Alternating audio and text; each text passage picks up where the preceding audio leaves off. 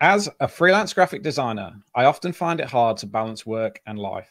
I would love to know some advice on how to stay on task whilst juggling a million things at once and what to do when feeling overwhelmed. Look, this is a really, really good question, and I'm sure it's something that a lot of us can all relate to, this feeling of being overwhelmed and having to attend to many things. Um, I really feel you on this one because, running a business can be quite tricky, particularly when there's, a number of balls up in the air and we're wanting to attend to all of them. Some thoughts that have come to mind in relation to trying to manage this kind of scenario involve a really helpful first step when it comes to just thinking about big emotions that we deal with. And it's something that we don't do enough, which was to normalize how we feel. And so I really encourage people to use this and as a first step, normalize, normalize, normalize. Uh, Feeling overwhelmed is a reasonable human experience when we're having to attend to many things. And when we acknowledge our human condition and we put it into context, so it makes sense that I feel this way because I'm having to do this, this, and this.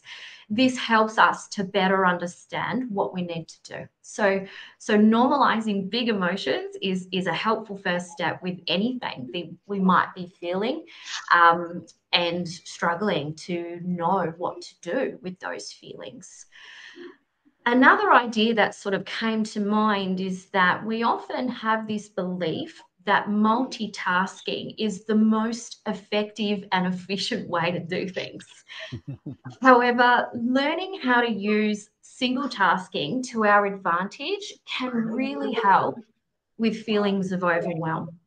So, when we think about feeling overwhelmed, this can often occur when either we don't know where to start or we don't know how to get started.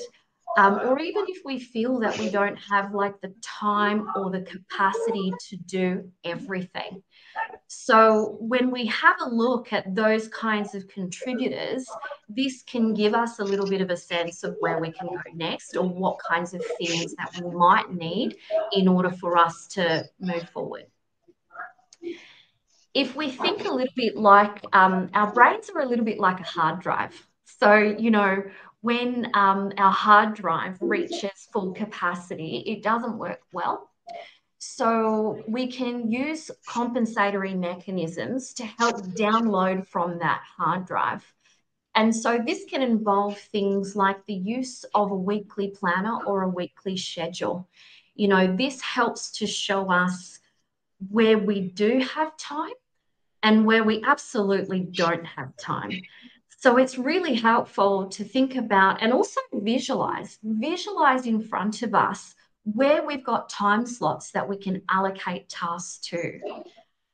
Another thing that comes to mind is to really treat our to-do list a little bit like a brain dump. So a lot of people work from a to-do list, and that can actually contribute to feelings of overwhelm, because we've got like 20 things on our to-do list, and it's just not humanly possible to do 20 things in the one day.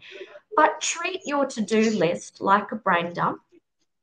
So that helps to download and free up space in our mind. And then turn the larger tasks into mini tasks.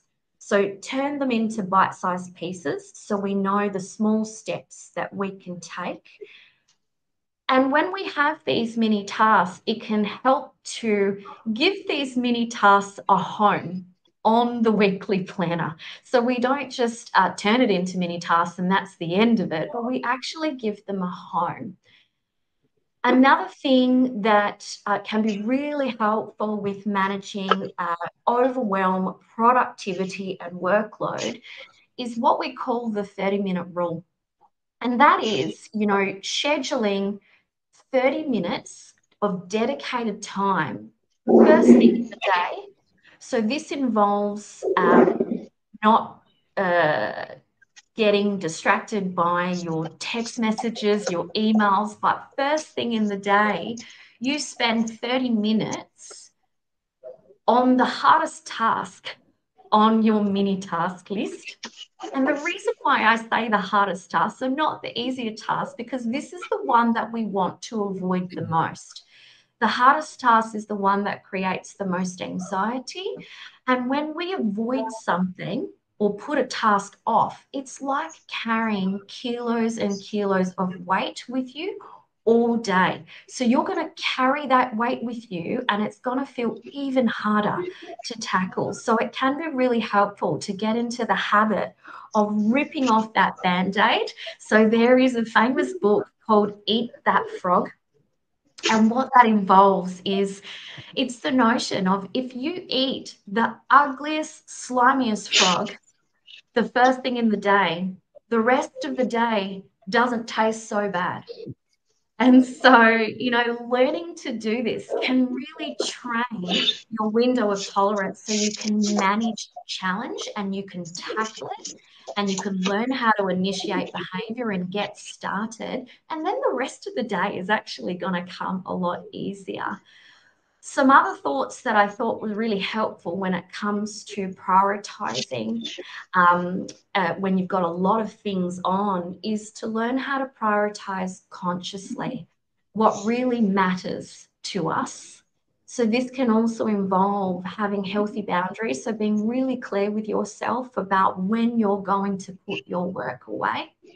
So there's this notion of psychological detachment, which involves, being present with each sphere when you're in it, so that we know that we can detach from the other spheres when we're not in it. So if you're in your family sphere, it's about learning to have healthy boundaries with yourself and being present with your family and mentally compartmentalizing that work sphere somewhere else when you have changed from one sphere to the other. And it's also helpful when you're balancing life and trying to prioritize consciously is to schedule in your me time, your self-care, your family time, and your social time. If you don't schedule this in, you just won't do it. So that's why it's like making an appointment with ourselves, because it's important. That's excellent. I mean, I think you just hit the right note with Nick and I, who both just went, "Oh yes, we should be more present." Yeah. I also really liked I read recently how our fascination with multitasking, which you brought up, and the term that if we can multitask, we're great, and it's a real kind of achievement. But multitasking wasn't a term that was created for humans; it was a term that's created for computers. Because they were built to multitask and we weren't, and yet we try and build it up as like a thing we should be able to do, and actually we weren't built to do it. So yeah, they were great. Some great tools in there. Thank you, Nick. Anything you want to add around? Oh man, yeah, I feel overwhelmed by that answer. It's so many awesome little nuggets. I don't know what to add, but yeah, I would just reiterate that.